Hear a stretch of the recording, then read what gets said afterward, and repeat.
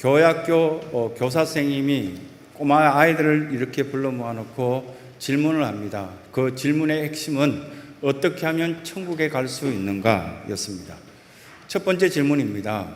만약에 너희들이 집을 팔고 차를 팔면, 차를 팔아서 하나님께 다 드리면 천국 갈 수 있겠냐 했더니 꼬맹이 아이들이 아니요 라고 다 대답했습니다. 애들이 깔깔깔 웃었습니다. 차 판대, 집 판대, 어떻게 집 판다고 해서 집 팔아서 하나님께 드린다고 천국 갈 수 있어? 애들이 대부분 다 알고 있었습니다. 두 번째 질문합니다. 그러면 너희들이 많이 이렇게 보면 의지를 높여놓은 그런 집안에 있는 너희들 방이나 거실이나 너무너무 더러워진 것을 깨끗이 청소하는 아이들은 착하니까 천국 갈 수 있겠네 라고 묻자 아이들은 아니요, 갈 수 없어요 라고 딱 까르르 웃었습니다. 세 번째, 지금 수많은 아이들이 좋아하는 강아지, 그 강아지를 잘 키우는 사람, 강아지를 사랑하는 사람, 고양이를 예뻐하는 그 사람들은 천국 갈 수 있겠네요 라고 말하자 아이들도 그건 아니죠, 아니요 라고 그렇게 다 대답했습니다. 똑똑하게 성경을 잘 배워서 그런지 아이들은 잘 알고 있습니다. 누나를 따라왔던 5살짜리 남동생이 뒤편에 앉아 있다가 손을 번쩍 들더니 이렇게 이야기합니다. 죽으면 천국 가죠 이렇게 말했습니다. 정답이었습니다. 죽어야 천국 갑니다. 그리고 내 자신이 육적인 것이 죽어야 되고 영적인 것이 새롭게 부활해야만, 내가 다시금 born again, 다시 태어나야만 하나님 나라에 갈 수 있다는 것은 성경의 기본적인 진리라 그렇게 가르쳐주고 있습니다. 씨 뿌리는 비유는 마태복음에도 나와 있습니다. 이 비유는 마태복음에 길게 설명되어 있습니다. 근데 마가복음에는 몇 구절 나오지 않을 만큼 좀 짧게 단축화된 듯한 그렇게 설명되어 있는 것을 보게 됩니다. 그런데 마가복음에 나와 있는 말씀이 더 고체로 또 오래된 문장으로, 그러면서 더 핵심적인 어떤 말씀으로 우리 심령 속에 꿰뚫고 들어오듯이 그렇게 말씀 전하는 내용이 있습니다. 이 말씀을 들었을 때 여러분들의 느낌은 어떻습니까? 혹시 내 마음이 돌짝밭 같은 그런 마음이 아닐까라고 들려지시는 분이 있습니까? 굉장히 복된 겁니다.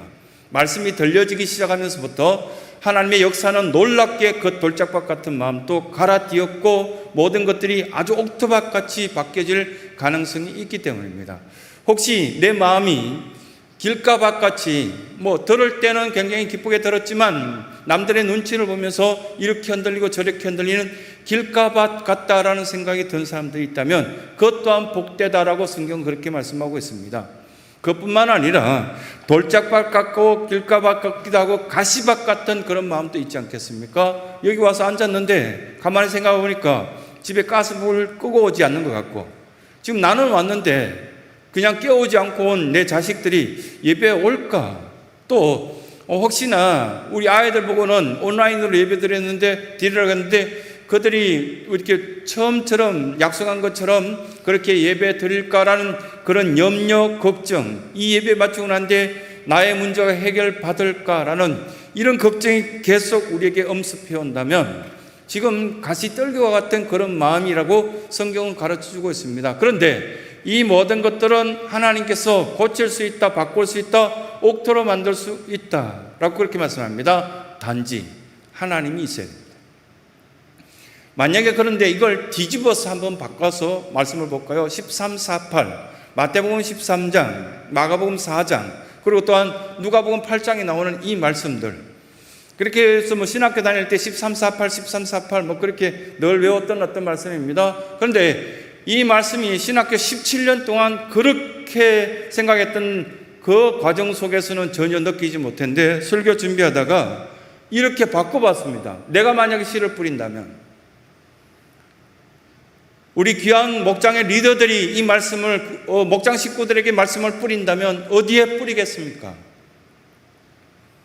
우리 장로님들이 하나님께 씨앗을 받아들고 이제 남성교회 가서 여전도에 가서 또 우리 사랑하는 여러 어떤 교회 학교에 가서 이 씨앗들을 뿌린다면 어디에 뿌리실 겁니까? 돌짝밭 위에 뿌리시겠습니까? 아니면 길가밭 위에 뿌리시겠습니까? 가시떨기 밭 위에 뿌리시겠습니까? 만약에 그런 밭에 뿌리고 얼른 돌아온다면 아르바이트생일 겁니다. 아마도 가짜일 겁니다. 반면에 잘 생각하고 여기에 뿌리면 되겠다라는 곳에 뿌릴 겁니다. 행동이 그렇게 될 것이고요. 생각이 그렇게 될 것입니다. 생각은 쉽게 바뀌어지지 않습니다. 그 생각은 우리들에게 많은 것들을 줄 수도 있겠지만 우리는 매일 씨를 뿌리고 있다는 것을 느끼지 못할 뿐이지 실제로 우리는 매일 씨를 뿌리고 있습니다. 말의 씨를 뿌리고 있고 생각의 씨를 뿌리고 있고 다른 사람들과 함께 여러 계약을 통하여서 이런 씨를 뿌리고 저런 씨를 뿌리고 있는데 갈라디아서 6장 7절의 말씀처럼 사람이 무엇으로 심든지 그대로 거두리라 했습니다. 예수님께서 갈라디아 전 지역에 있는 수많은 교회들에게 이 말씀을 전할 때 그대로 거둔다는 뜻이 무엇일까? 그 첫 번째 우리에게 교훈 주시는 메시지가 넌 무엇을 심고 또한 무엇을 뿌리고 있느냐 묻고 계신다는 것을 깨닫게 됩니다.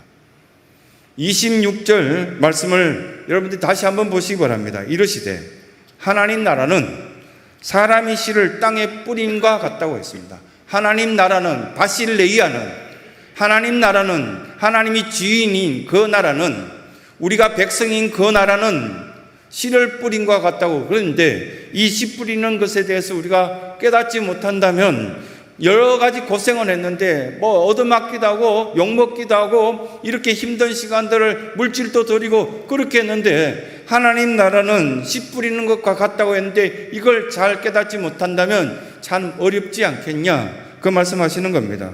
하나님 나라는 씨 뿌린 것 같다 했습니다. 어떤 씨겠습니까? 기도의 씨를 일주일 동안 160시간 8시간 동안 얼마나 뿌렸을까? 목회자면 어느 정도 뿌려야 되겠습니까?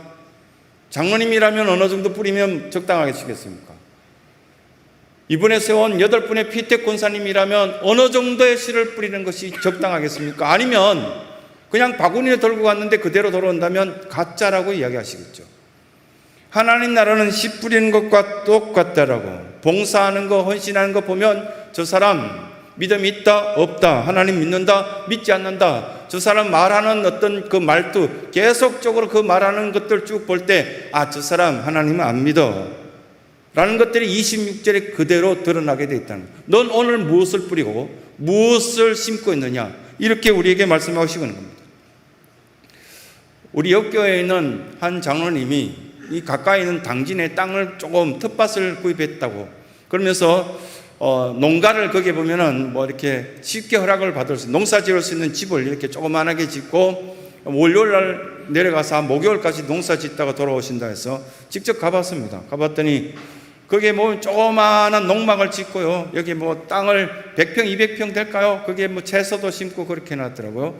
그래서 이렇게 보면 장로님 여기 많은 것들 좀 가족들이 좋아하는 거 다 심었으면 좋겠습니다. 나도 그럴 생각입니다. 그래서 본인이 좋아하는 사과나무 심고 아내가 좋아하는 아내 권사님이 좋아하는 배나무 심고 자식들이 좋아하는 여러 과일나무를 다 심었습니다.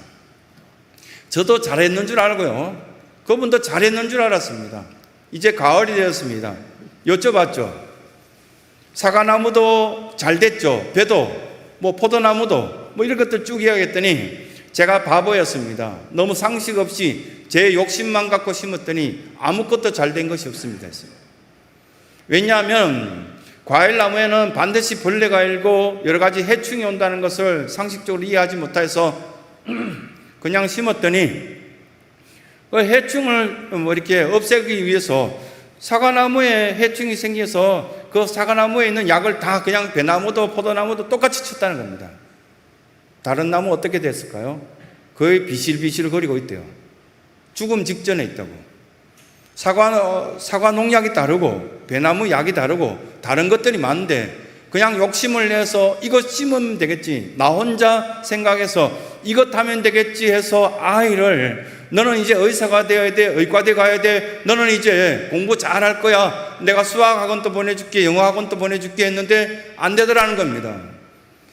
하나님께 물어봤냐라는 겁니다. 너 뭐 심으려고 그래? 뭐 뿌리려고 그러냐? 이것 출발할 때부터 이미 잘못됐다는 거야. 이미 심을 때 물어보고 그 씨앗의 가치와 무엇을 심고자 하는 것들이 그 주인의 뜻에 맞는 것 심어야 이게 정상적인 것 되는데 이 보면은 한 1m 간격으로 가서 보니까요, 포도나무 심고 사과나무 심고 배나무 심고요, 그 옆에는 자두나무 심고요, 다 한 나무만 괜찮고 다 말라 비틀어져 죽어가더라고요. 매일 심고 살아가는 거 아닙니까? 말에 대한 것도 심지만 행동에 대한 것도 심지 않습니까? 상식적인 많은 철학자들이 이미 그런 이야기를 수차례 했습니다. 생각은 행동을 낳고 행동을 심었더니 습관을 낳고 습관을 심었더니 인품이 나왔더라. 그 인품 보고 사람을 선택해야 된다고. 하루아침에 되는 거 아니라고요. 그 인품은 하루아침에 되는 것 아니고 기도한다고 해서 쉽게 바뀌어지는 것이 인품이 아니더라고요.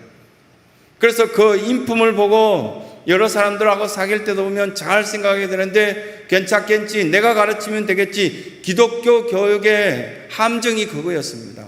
막 잘 가르치면 뭐 성경 읽어지네도 가르치고 이것도 가르치고 저것도 가르치고 다 하면 되는 줄 알았더니 그 인품은 그대로더라는 거예요. 그 생각 속에 있는 지식은 점점 더 늘어나서 오히려 불순종의 사람이 되더라. 이것들이 기독교 교육의 허점이었습니다.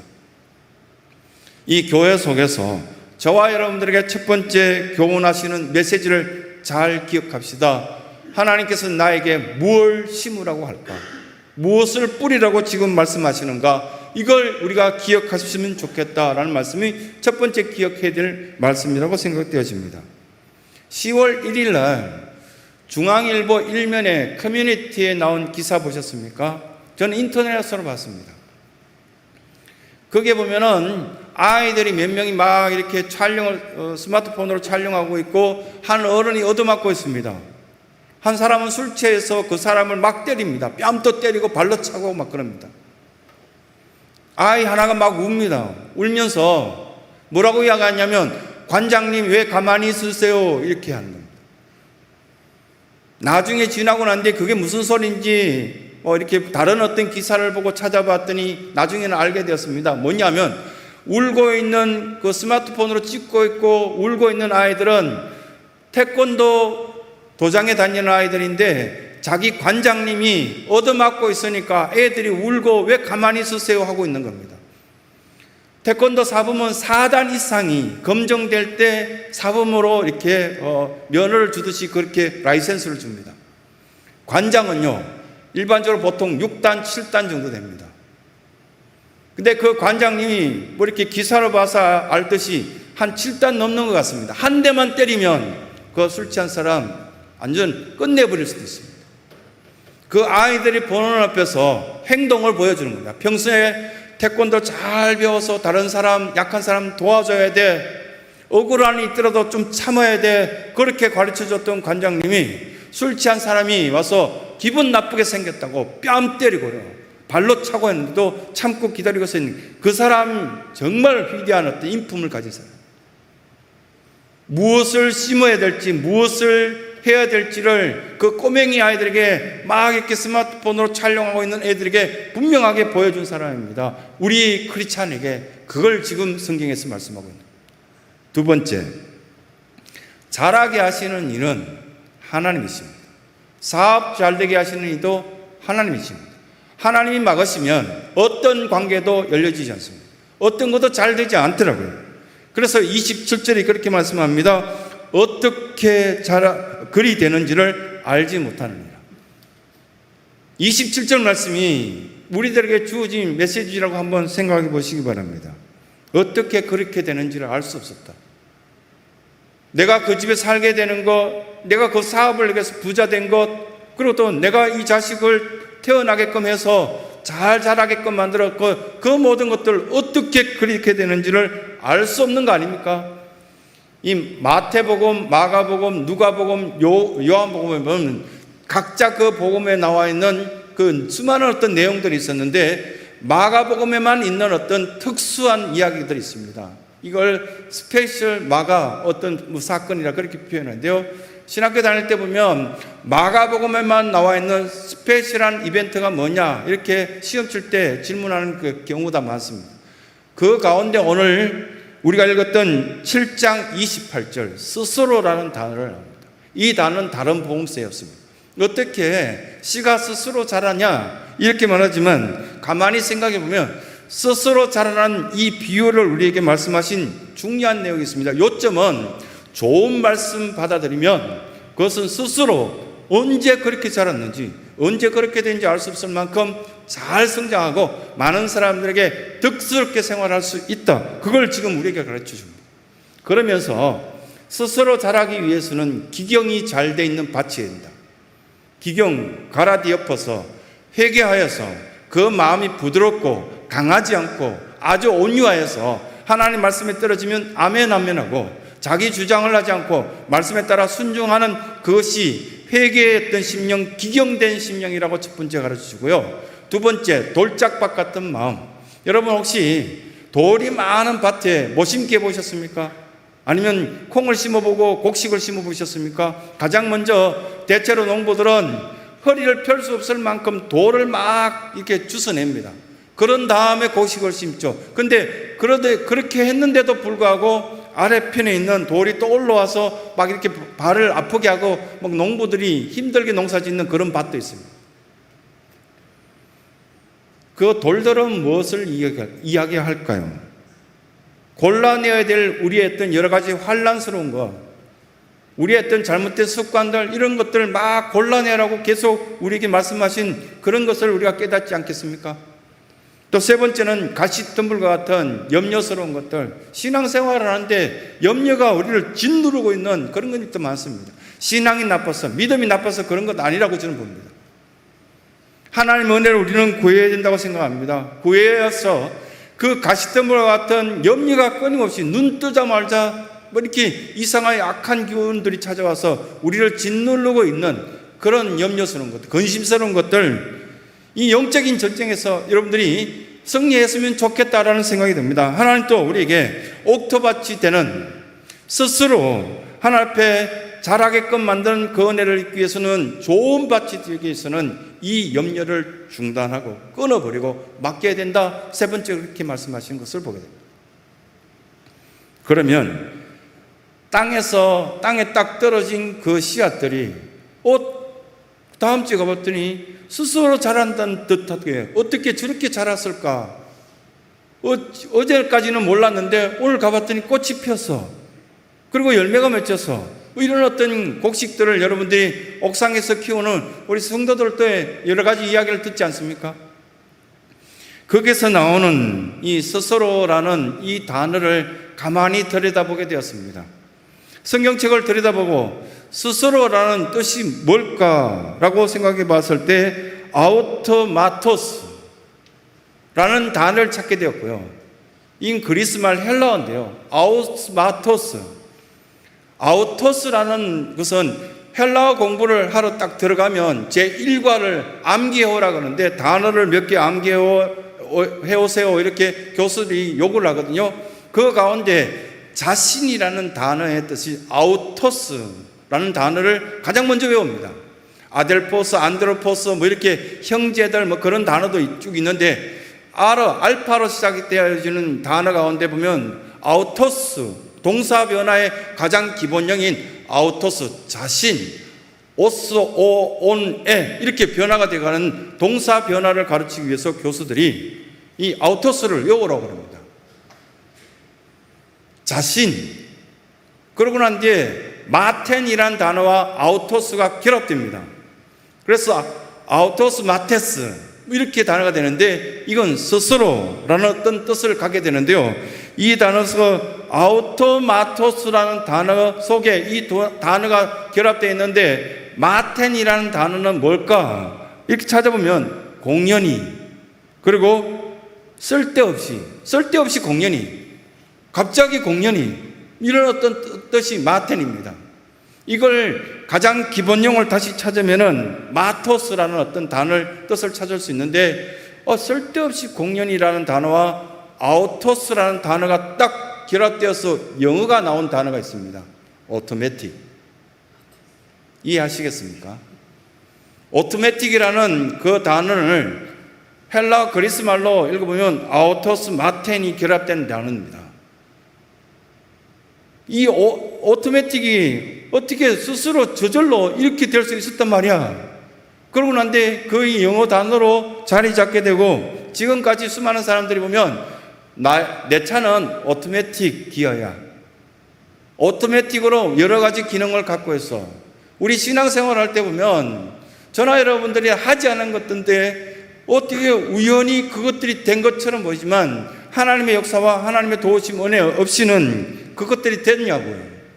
이 일들 얘기를 쭉 하시면서 고린도전서 3장 6절과 7절에 보면 나는 심었고 아볼로는 물을 주었고 오직 자라게 하신 이는 하나님이십니다. 그 말씀이 나오거든요. 10월 첫째 주에 우리가 이렇게 깊이 생각해야 될 것은 뭘 심을까? 이걸 어떻게 자라게 할까? 노력한다고 물을 더 준다고? 아니면 물을 끊어버린다고? 내가 거기에 영양분을 더 준다고? 이게 쑥쑥 자랄 수 있는 그런 기본적인 상식을 갖고 있다 할지라도 실제적으로는 아우토마토스, 그 속에 자라게 하신 이는 하나님이시라는 것을 깨닫게 되는 겁니다. 자식을 그래 봤잖아요. 사업장 그렇게 해봤잖아요. 막 노력해서 저 사람하고 친해지고 싶은데 오히려 더 멀어지는 경우가 많았지 않습니까? 그뿐만 아니라 나의 신앙생활은 하나님 보시기에도 바른 것으로 하려고 했는데 내가 하려고 하니까 점점 더 멀어진 신앙생활이 되었다. 그러면 한번 다시금 생각해 봐야 되겠다. 그 말씀하시는 겁니다. 세 번째, 열매는 하나님의 방법과 질서로대로 하셔야 됩니다. 그래서 조금 늦더라도 우리 교회는, 이 신성의 공동체는 세상에 여러 가지 어떤 이야기가 들려오고요, 동성애 이야기도 하고 차별금지법 이야기할 때 우리는 성경에 있는 대로 하나님의 방법과 하나님의 질서대로 간다. 욕하고 비방하고 그래도 나는 주의를 지킨다. 어떤 일이 있어도 나는 주의를 지킨다. 교회 와서 주의를 지키겠다. 나는 주일날 하나님과 함께 대화하고 하나님과 동행하겠다. 이것들이 우리에게 주신 어떤 메시지의 핵심이 아니겠나라는 생각이 듭니다. 어떤 사람이 이사를 했습니다. 시내 안에 살다 보니까 점점 건강도 나빠지고 해서 이 서울시 외곽에 한 100평, 200평 정도 되는 땅을 좀 싸게 구입하여서 조그맣게 집을 이제 이렇게 보면 조립식 집처럼 지어진 집을 이렇게 그게 옮겨다 주는 어떤 그것들이 있습니다. 싸던데요. 그렇게 해서 집을 옮겨놓고 그것이 이제 부부가 마지막 노년은 여기에 텃밭을 일구고 그렇게 생활하자. 주일날은 교회까지 가더라도 여기서 지내자고 그렇게 결정을 했습니다. 그리고 이사 날짜가 되어서 이사했는데 주로 여러분 이사하는 날 어떻습니까? 짐들을 그 새 집에 막 집어넣기 위해서 막 짐을 내려놓고 옮기다 보면은 쓰레기들이 막 나오고요. 그 쓰레기들을 이게 보면 한 100평, 200평 되는 그 텃밭에 한쪽 모퉁이에 그 버려질 어떤 쓰레기들을 모았더니요. 하루 종일 그 쓰레기가 모여진 것들을 동네 주민들이 지나다니면서 보고 난 뒤에 자기 짐들도 자기 쓰레기들도 거기 갖다 버리러 오더랍니다. 그래서 그 다음 날부터 깨끗이 치워놓으면 괜찮겠지 해서 이사 다 하고 난 뒤에 여러분 저녁 늦은 시간까지 다 닦고 쓸고 하고 난 뒤에 얼마나 피곤합니까? 얼마나 힘듭니까? 그래서 쓰레기를 다 치웠습니다. 그랬더니 그 다음 날 안 버릴 줄 알았더니 동네 모든 사람들이 쓰레기는 그 장소에 어제 버려진 그 장소에 또 버리더라는 겁니다. 이걸 11년 전에 제가 어디서 봤느냐면 예배를 마치고 예원 아파트를 지나고 제가 다솜에 살고 있는데 다솜으로 가려고 하는데 예원 아파트 앞에 젊은 애들이 음료수를 마시고 거기 보면은 꽃이 심어졌다가 죽었더니 거기에 자꾸 쓰레기를 버리더라고요.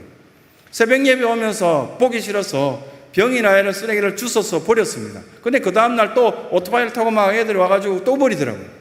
근데 한 분이 그 아파트 사신 분이 꽃을 심기 시작하더라고요. 한 100분의 1로 쓰레기가 줄었을까요? 거의 이제 쓰레기가 없더라고요. 근데 이분이 그걸 하기 전에 어떻게 했냐면 팻말을 크게 써붙였습니다. 이곳에 쓰레기를 버리면 고발 조치하겠습니다. 팻말을 써붙였습니다. 없어졌을까요? 더 버리더랍니다. CCTV를 달았습니다. 그러고 난 뒤에 철조망을 쳤습니다. 그런데 철조망을 치니까 더 교묘하게 밤늦게 갖다 버리기 시작하더랍니다.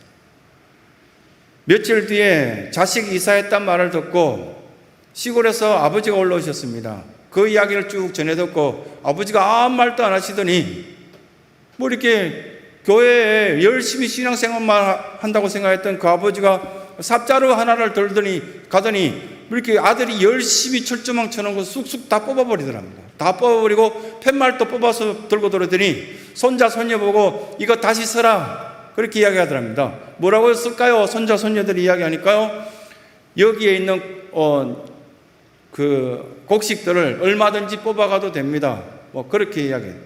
뭐 제가 알기로는 거기 보면 시금치를 필요한 만큼 뽑아가세요. 이렇게 애들이 써서 이렇게 팻말을 다시금 꼽아놓고요. 그게 철조망 다 걷어버리고 깨끗하게 정리한 다음에 시금치를 뭐 키우기 쉬운가 모르겠어요. 근데 여러 줄로 시금치를 딱 심어두고 딱 돌아오시더랍니다. 근데 그 시금치가 자라나기 시작하면서 동네 주민들이 한두 번 힐끔힐끔 보다가 몇 개 좀 뽑아가도 돼요. 그러니까 얼마든지 뽑아가세요. 뭐 이렇게 이야기하고 난데 그 밭이 깨끗하게 정리되고 예쁘게 단장됐다. 혹시 우리 마음에 누군가가 쓰레기를 투척하듯이 소문 전하던가요? 말씀으로 무장되고요. 말씀으로 치료되고요. 말씀이 가득 차 있고요. 찬양이 입술에서 흘러나오고요. 그렇게 하면 누군가 찾아와도 쓰레기를 우리 심령 속에 던지지 못한다는 이야기입니다. 시편 126편에는 5절부터 6절까지 눈물을 흘리며 씨를 뿌린 자는 어떻게 합니까? 기쁨으로 단을 거두어서 돌아올 수 있습니다. 갈라디아서 6장 9절의 말씀에도 보면은 우리가 선을 행하되 낙심하지 말지니 때가 이르면 어떻게 됩니까? 거두리라. 우리 사랑하는 모신성에 속한 모든 성도들은 이 말씀의 법칙에 의지하여서 열매는 속일 수 없는 결과라는 사실을 기억하여서 우리가 철조망 쳐놓고요, 여러 가지 방법을 써놨지만 안 되지 않습니까? 그 방법이 아니라 하나님의 방법으로 씨앗은 값진 것을 거두게 된다는 사실을 기억하셨어요. 저는 이 말씀 준비하다가 우리나라에서 제일 비싼 씨앗 딱 쳤더니 컴퓨터로 검색했더니 뭐가 나온지 아십니까? 토마토 씨앗 1g에 65만 원, 검은 1g에 5만 원, 토마토는 1g에 65만 원이라고 나와 있습니다.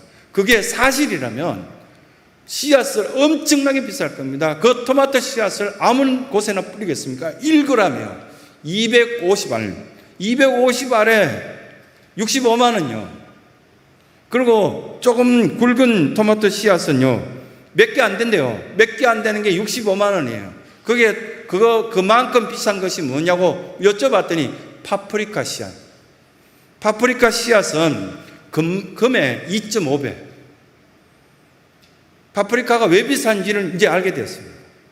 그분들은 뿌릴 때 조그마한 곳에 파프리카를 심더라도 반드시 옥토에만 심고요, 잘 환경에 조성되만 심는답니다. 왜? 너무 씨앗이 비싸기 때문에. 하나님 말씀은 값싼 것이 아니고요, 하나님 말씀은 너무 소중한 것이고, 여러분들의 심령은 예수 그리스도의 십자가의 그 은혜로 값주고 쌓았던 그런 여러분들의 심령입니다. 쓸데없는 이야기를 듣지 마시고 하나님 말씀에 귀 기울이시고 하나님의 능력의 손길에 사로잡힌 심령이 되셔서 강건케 되는 열매를 거둘 수 있는 신성의 모든 성도들의 삶이 되시길 간절히 소원합니다.